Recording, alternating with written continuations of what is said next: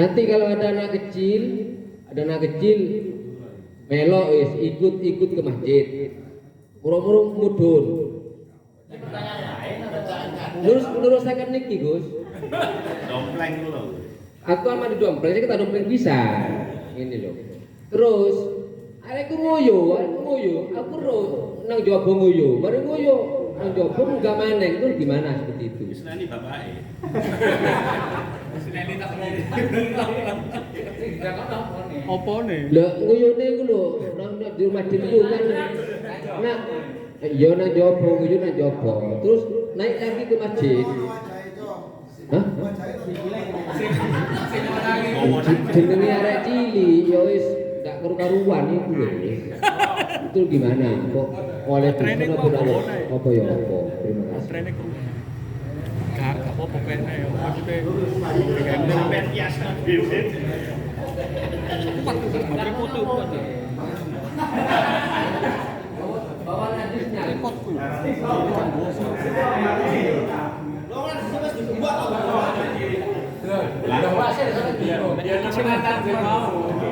Maksudnya iku arek cilik mlebu metu bawa najis ngene iki lho apa. Ya. Padahal najis wis jelas ketok pertelo lho. Najis. Ngono ya. Terus beda karo pertanyaanku iki Mas. Ojo dompleng aku. Iya, kalau saya mau dia.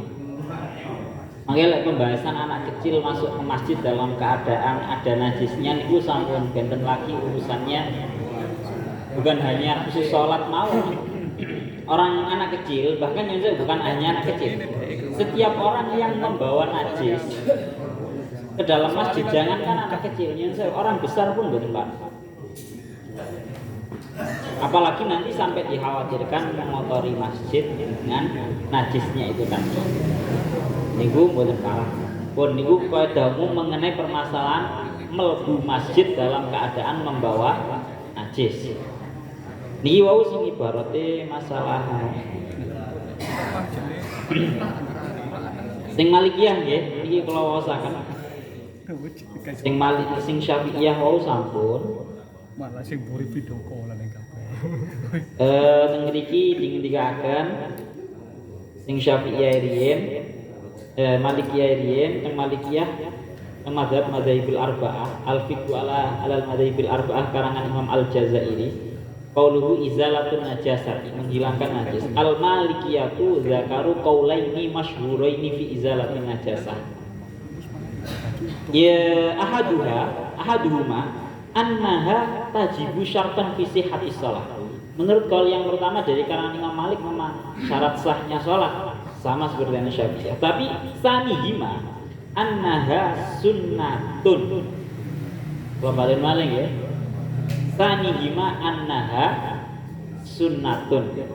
Ijak Badrus ya napa Cak Badrus? Sepakat mau mboten iki Cak Badrus? Mboten. Mesti sepakat lek kaul-kaul sing enteng ngene. Mboten nate mikir gitu, mboten nate mikir dalile ya napa ta ya napa mboten mikir.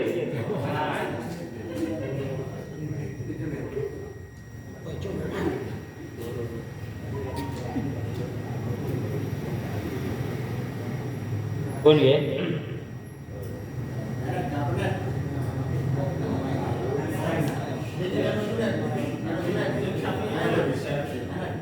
Dua tuh ibaratnya.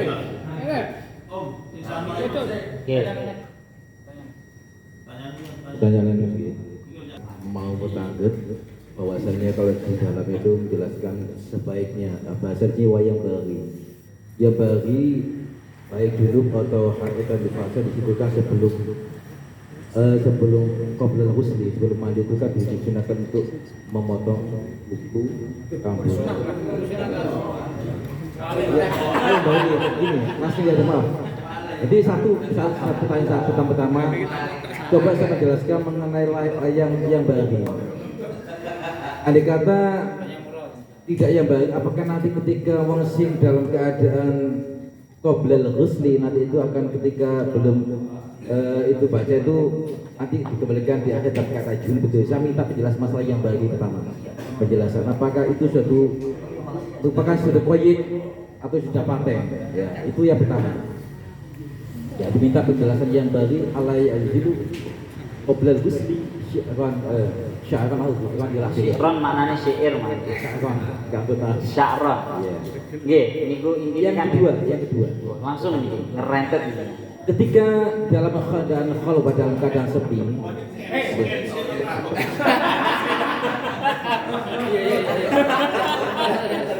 yang kedua bagi muhtasib itu kan di sana juga dibolehkan membuka aurat ketika dalam keadaan khalwah dalam keadaan tersepit. Yang penting tidak boleh ada yang jelas belum yang jelas bukan wanita yang belum dinikahi, artinya masih masih nabi. Bahkan dilihat di sana disunahkan dibolehkan bagi suami istri mandi berdua bukan disunahkan. Yang penting tutup pintu. Disunahkan. Boleh. Boleh. Oh, boleh. Yang kedua ini intinya bahwasanya wis baju ini Yang bahi.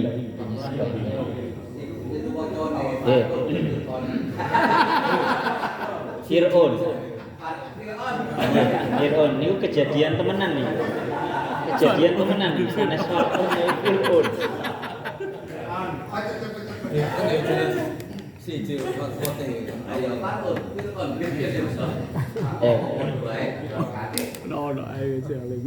Ini memang permasalahan yang sering terjadi banget nih ya. Ya terus disunahkan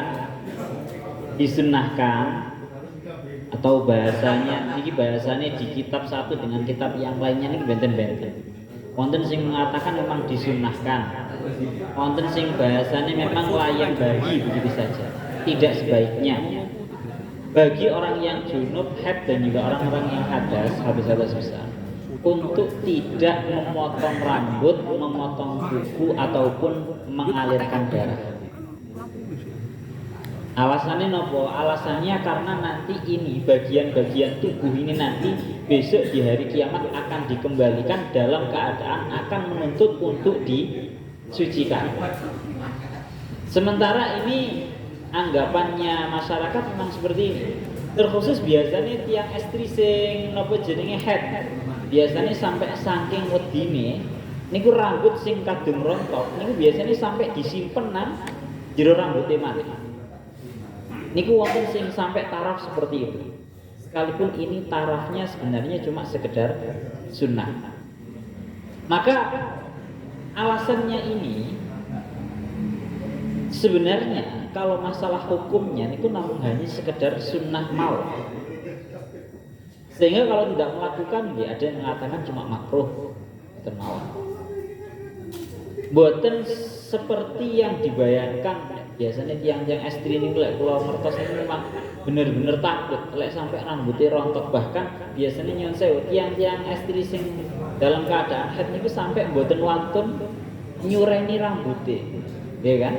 Wedi rambutnya rontok. Bahkan ketika rontok secara tidak sengaja pun mereka mencoba mengumpulkan, dikumpulnya diblebet malih nang jerone rambutnya. Nggih. Atau biasanya biasanya tiang jaler piyambak nggih kadang nggih ngoten lho. Semisal pas wae turu jono. Orang tentangi lali. Lek kapan mang niku jono akhirnya potong rambut dhisik. Barang mari potong rambut kayak eling. Loh, iya rek aku mangi ternyata kondisi jono potong rambut. Waduh, ya apa itu? Maka niku dijawab. Kalian teng kitab Syarwani niku dijelaskan. Lalu apakah ketika rambut kita ataupun kuku kita yang sudah terpotong kemudian kita sucikan dalam keadaan sudah terpotong? Maka para ulama menjawab, lek terpotong ya wis terpotong. Sekalipun sampean sucekno niku lho mboten sah. Bang, maksudnya damel rambut ataupun kukune awak dhewe sing kadung terpotong dalam keadaan kita junub niku mboten perlu disucikan, wis kadung terpotong. Itu pada waktu mandi. Niku pendapat yang ada di dalam kitab kebanyakan kitab Syafi'iyah seperti itu. Tapi di dalam kitab Fathul Bari Ibnu Rajab niku beliau mendhawuhkan salah satu para ulama niku mengatakan bahwa Lah nek dalam keadaan junub lek kepengin potong rambut ya potong rambut. Lek kepengin potong kuku ya monggo potong kuku, gak masalah. Badan masalah. Sehingga yang perlu kalau titik tekankan sekali lagi ini hanya sekedar masalah khilafiyah. Ada yang mengatakan bukan masalah sama sekali nggih wonten referensinya tentang kitab Fathul Bari Ibnu Rajab Al-Hambali. Hambali niki madzhab. Nggih, niku nderekaken dumateng pribadi masing-masing. Derek sing sunnah mboten diilangi nggih monggo, derek sing saene mboten diilangi nggih monggo, derek sing masih diilangi gak masalah nggih monggo. Nggih ngoten. Nggih. Nggih, pripun? Terusannya ini kan kalau nggak dimandikan, katanya besok kalau di akhirat nagih jadi kokon golek. Iya seperti itu kan.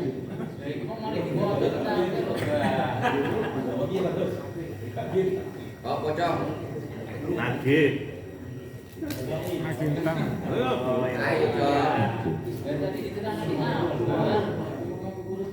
Nah, ini. Maksudnya nagih seperti apa Pak Nagih? Jadi menagih supaya disucikan atau menagih kenapa di dunia kok belum disucikan kok sudah dipotong. Maksudnya menagih seperti itu. Dan sebenarnya dalam permasalahan dikembalikannya itu pun juga para ulama khilaf. Kalau menurut Imam Al-Qulyubi, yang beda itu cuma Imam Al-Qulyubi. Sebenarnya kan tadi kan alasannya kan dua. Yang pertama, gara-gara nanti di akhirat akan dituntut sama rambut, kenapa kok tidak disucikan pas waktu di dunia. Pertama. Yang nomor dua, alasannya besok di hari kiamat ini akan dikembalikan dalam keadaan junub. Alasan ini tidak disepakati oleh Imam Al-Qulyubi. Karena Imam Al-Qulyubi memiliki pemahaman bahwa besok yang dikembalikan itu adalah jasadnya kita dalam keadaan, jasadnya seseorang dalam keadaan seseorang itu mati. Secara gampangan ngomong, sing ditugel pas wis sagurunge mati niku nggih gak dibalekno. Sing dibalekno iki pas wayahe mati. Iku ngoten. Jadi santai-santai saja. Tidak paham saya masalah nagih Pak. Gimana? Nagih ini disiksa apa ya apa awake dhewe iku cara awake dhewe sing lakon. Disiksa apa gimana? boten sampai disiksa, cuma ditagih tok nih lho. Ditagih paham. Belum paham Pak. Ditagih dituntut. Sampean dulu kenapa di dunia kok tidak menyucikan saya? Belum disucikan, kok sudah dipotong? Diprotes tuh. Diprotes kayak sumpah. Konsekuensinya pada waktu jodoh dan memotong rambut, kalau di akhir nanti kan diminta pertanggungjawaban. Nah, konsekuensinya kita itu bagaimana pada waktu di akhirat nanti? Apakah itu dikurangi pahalanya atau ditambah siksanya atau langsung dimasukkan ke jannah? Tidak ada konsekuensi apapun, cuma dituntut mawon. Cuma dituntut tok niku wis sumpek pisan. Kata-kata tuntutan berarti kan ada konsekuensinya. Sumpek wong lek ditagih niku sumpek kok. Ditagih nopo mawon Aja umpamane ngomong utang. tagih isinya. Berarti intinya dimafud dan tidak apa-apa. Ya, kalau tidak apa-apanya semua ulama sepakat lho napa-napa. Wis berarti sepakat tidak apa-apa. Satu pertanyaan lagi, Pak Ustaz. Oh ternyata wonten udang di balik batu nih. Ini masalah fatwa bil ilmi maupun fatwa bil ghairi ilmi. Yang mana kita itu notabene alumni pesantren, bagaimanapun bentuknya, ada yang alim kayak Cak Badrus, ada yang kayak Kacong ya. Bagaimanapun juga background kita itu pesantren, apapun bentuknya kita pasti suatu saat ditanyai oleh masyarakat, entah paham atau tidak kita pasti ditanyai. Yang mana kayak contoh seperti saya ini, ikut sawir tapi tidak membawa kitab karena nggak punya dan belum mampu beli. Kita mendengarkan dan sedikit paham apa yang diterangkan oleh Mubayyin. Ketika kita berfatwa atau ngandani, apakah beda atau sama ketika kita ditanyai di masyarakat? Karena contoh ya, contoh. Ketika kita itu ngomongi sama teman atau saudara, ketika waktu sholat di situ ada telek cecek di tempat sajadah, itu kan nggak apa-apa. Nah, tapi pengakuan dianya itu nggak boleh, ini najis. Nah, terus kita kan ngomongi apa itu termasuk juga fatwa?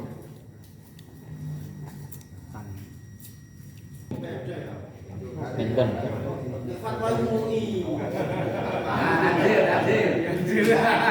Kalau ngomongi berarti kan fatwa bigori ilmin.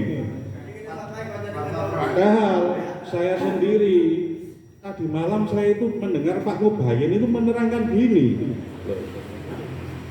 Apakah omongan saya itu termasuk fatwa bil ilmin atau fatwa bil ilmin? Utawa mek ngomong itu, panik ngomong itu apa tak omongin lek ana apa-apa. Tahu jawab yang Mubayyin berarti ngono ya. Karena kalau ada yang ngomong, "Wes apa jare aku?" Maka tambah enak. Yes. Intinya sebenarnya kan ngeten toh. Yang dilarang itu kan sebenarnya kita niku sampai katakan menyebutkan kaul yang sebenarnya kita sendiri itu masih belum tahu. Nah, itu masalahnya. Kak saya sendiri kaul-kaul nggak paham. Kalau yang Imam Haram kan banyak yang memudahkan, itu yang saya suka. Niki Imam Haramen sing pundi niki? Ya kayak di belakang saya ini tuh. Saya kan korban cuci otak gitu. Oke. Wis gak apa-apa kon men. Ipun, kalau kita sampai jelas ya, artinya memang setiap permasalahan yang sebenarnya kita sendiri masih belum tahu apakah itu ada yang memperbolehkan ataukah tidak. Kok kemudian kita seolah-olah alamis, gak masalah, melo aku aja misal seperti itu. Kadang kan ada yang memang seperti itu. Alamis ono fikih wae khilafe, kadang ada yang sampai berani seperti itu. Kok tak golek nih, pokoknya saya ini seolah dhisik. Nah ini yang tidak boleh karena ini jelas tanpa adanya dasar. Tapi contoh ya, karena saya punya dasar, karena malam ini saya mendengar Mubayyin menerangkan seperti yang ini. Jadi kan saya paham. Ya, apakah saya bisa berfatwa? Niku sanes berfatwa, niku jenenge taklid. Dan naklul qaul bahasa kata Taklid ya? Nggih. Berarti boleh. Boleh. Berarti bukan fatwa ya? Nggih. Kan bahasane niku wonten naklul qaul, wonten irsyad, wonten fatwa. Sebenarnya kalau pembahasan fatwa itu sangat tinggi sekali. Fatwa itu adalah seorang mufti yang mana ketika dia berfatwa itu wajib diikuti oleh seluruh orang yang berada di dalam kekuasaannya mufti. Bahkan tentang bahasa masalah itu sampun sepakat bahwa nyuwun sewu niki MUI sekalipun bahasan ini Majelis Ulama Indonesia itu tidak bisa distatuskan sebagai mufti ataupun orang yang berfatwa. Karena sekalipun mufti niki memiliki fatwa, contoh singen fatwa haram, rokok haram. Niku tidak wajib bagi seluruh orang-orang Indonesia untuk mengikuti karena mereka bukanlah ya mufti. betul, tapi istilah kita kan ngomongi termasuk kan juga menfatwakan imam ini. Gitu kan ya. Istilah taklid ya, naklid ya. Taklid ya. Naklul qaul. Sampun sedaya? Ampun matur suwun. Cukup ya, cukup ya. Nggih pun. Wis. Jam 11 susah nih. Yesus 10 menit. Ini sih tanggal. Monggo. Motor tanggal. Imam Haromen tanggal tadi.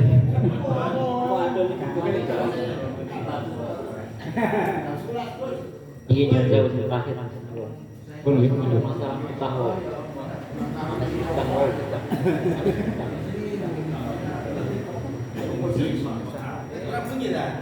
Niki yang jauh ya. Wau sing kedik wau sing terakhir mengenai tentang permasalahan perkara yang ditemukan di daun. Itu bukan kok istilah getah yang ketika dipotek marang ten medal getah mboten itu murni napa jenenge tanaman. Tapi yang dimaksud di situ adalah jenengan lek ngertos nang godhong itu biasanya konten putih-putih sing nempel.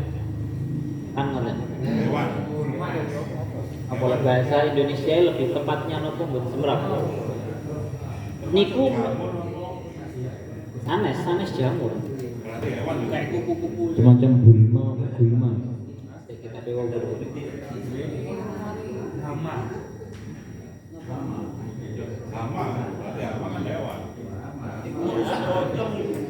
Iya, lama.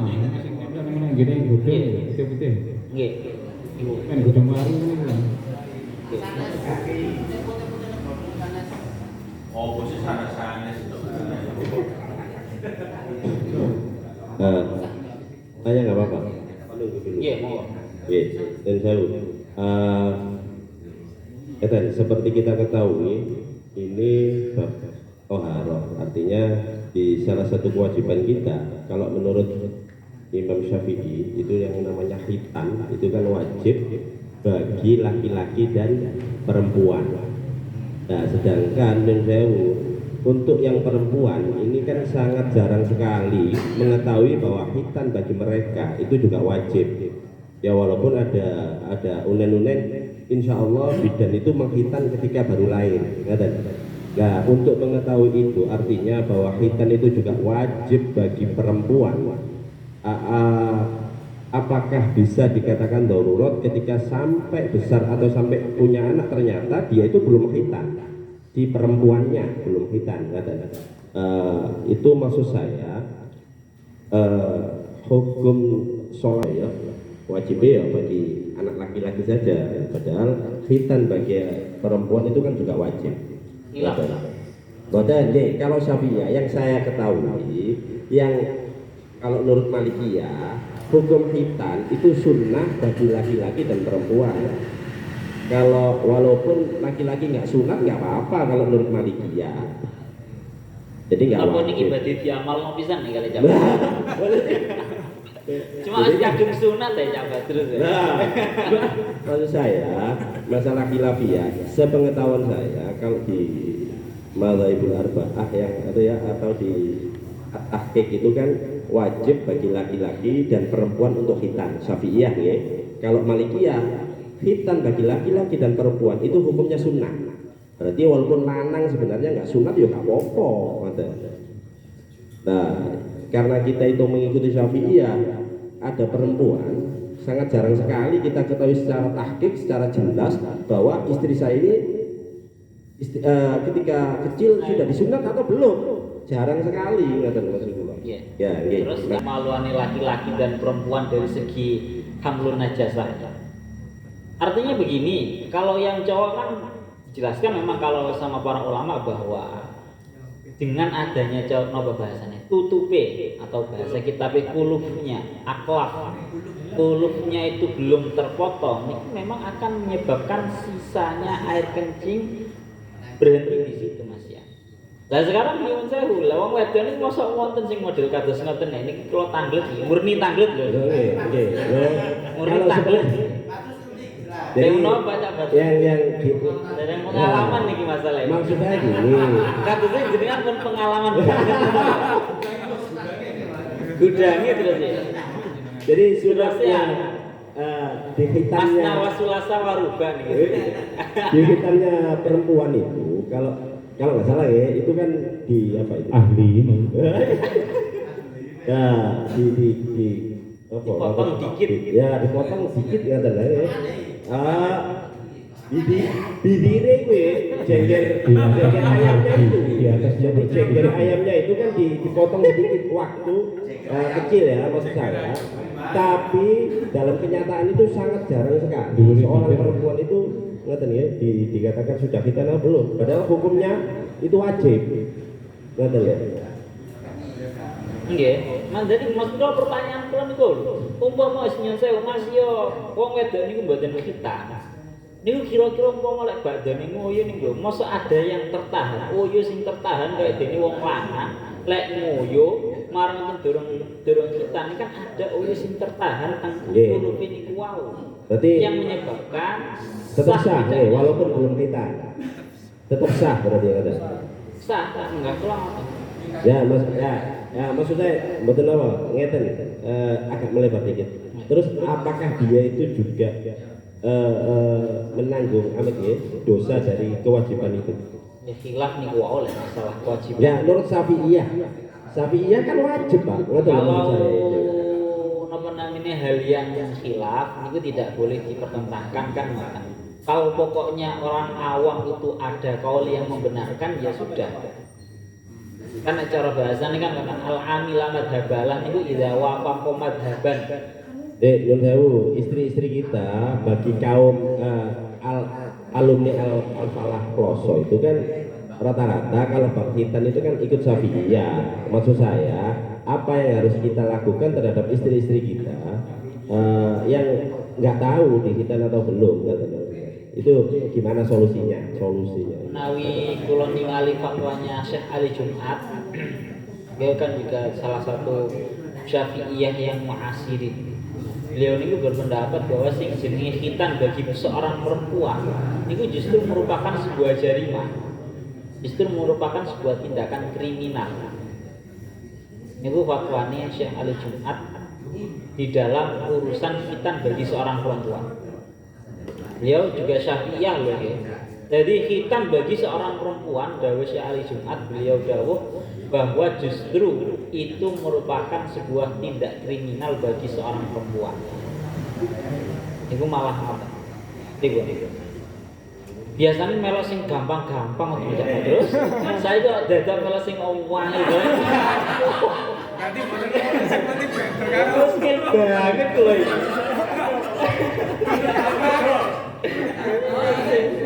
Apa pengen bojone sunat apa pripun? Golek alasan. Sampeyan kete gurung sunat dek tak golek sing mari sunat ae. Alasannya kan masa sunat yang gagal tambah